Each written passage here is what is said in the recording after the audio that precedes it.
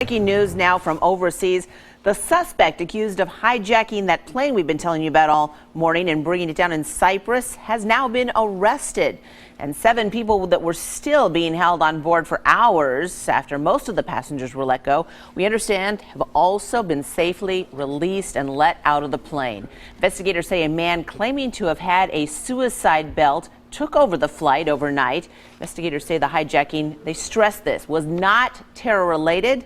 They said instead it stemmed from a domestic situation, and he was upset apparently about his ex-wife. At this point, the hijacker's name has not been released yet. The U.S. Capitol Visitor Center is reopening this morning after a mid-state man caused a lot of chaos at the Capitol yesterday by pulling a gun, which triggered a lockdown. Police opened fire on Larry Dawson. There's his picture, hitting him at least once. It happened during a security screening. Right now, Dawson remains in the hospital in critical but stable condition. He's facing assault charges this morning. We are learning a little bit more, though, about his past and how it's not the first time this man from Antioch has been in trouble. Dawson lives in our area with his daughter and son-in-law. Neighbors say he's passionate about trying to raise the federal minimum wage up to $15, and he often travels to Washington to lobby for the cause. They say they're shocked, though, by these allegations of the shooting.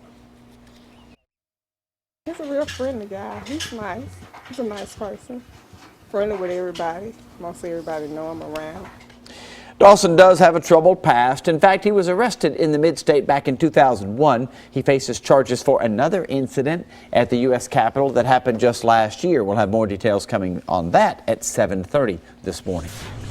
Steve, we're also following breaking news out of Gallatin, where a home caught on fire earlier this morning. News Channel 5's Alexandra Cohen is on the scene, and it was just heartbreaking when we last checked in with you and you talked with the homeowner.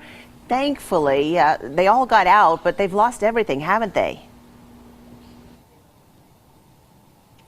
That's right, Jennifer. That man was inside the home with his 11-year-old son and his brother when he tells me he heard a crackling in the walls. And that's when he tells me he went to his son's bedroom and pulled him out. Shortly after, he says the entire thing went up in flames. And as you can see from the destruction here behind me, pretty much everything that this family owned is gone. The American Red Cross actually just got on scene to assist them. The firefighters tell me that this fire is still under investigation, and it broke out this morning around 3:30. Coming up at 7:30, we'll give you a little piece of that interview with the homeowner as he tries to pick up the pieces after this house fire. Reporting live in Gallatin, Alexandra Cohen, News Channel 5. All right, thank you very much, Alexandra. New this morning, a man's in the hospital after a knife is pulled during an argument. It happened on Murfreesboro Pike just before 11 last night. The man stabbing the victim in the shoulder during an apparent argument. He went to Vanderbilt. Should be all right. Police are now searching for that suspect.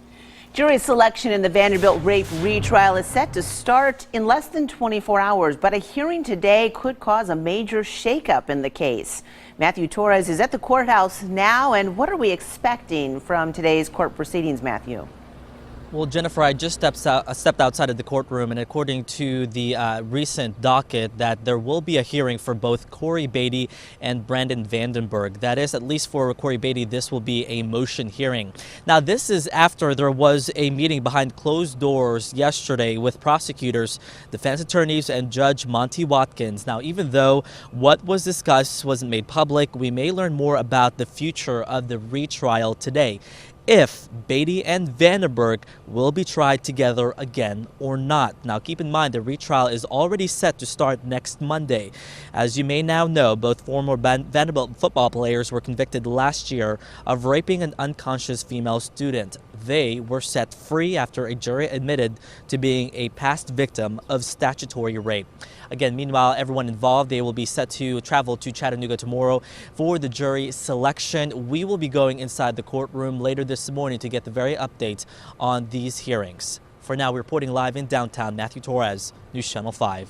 All right, Matthew, thank you. In developing news now, masked men forcing their way into a home and shooting a teenager. This happened over in Putnam County on Sunday. Cookeville police say the 18-year-old victim was shot in the arm and chest at a home on East 14th Street. He should be all right. Investigators say the gunman wore bandanas. If you know anything about this, call the Cookeville Crime Stoppers number this morning. 3 teens are still on the run after a wild police chase that left 1 teen dead. Investigators say it all started early yesterday morning when 6 teenagers tried to break into the Smyrna Gun and Pawn Shop. Apparently the teens were planning on ramming their truck into the store, and then they spotted a police officer, so instead they sped off. The chase only lasted about half a mile or so before the teens hit a spike strip that police had set out and lost control of the truck, and it crashed. 1 teen, Cavante Jernigan, was actually riding in the bed of the truck, and during the crash he was thrown out of the vehicle and killed. 2 other of the suspects were taken into custody with injuries, and 3 others managed to get away on foot. Police say they should be considered armed and dangerous. If you see them or know where they are, you're asked to call Smyrna police. A woman was rushed to the hospital after a wild crash on I-440. It happened just after 7:30 last night near the Hillsborough Pike overpass. And listen to what this eyewitness said that he saw.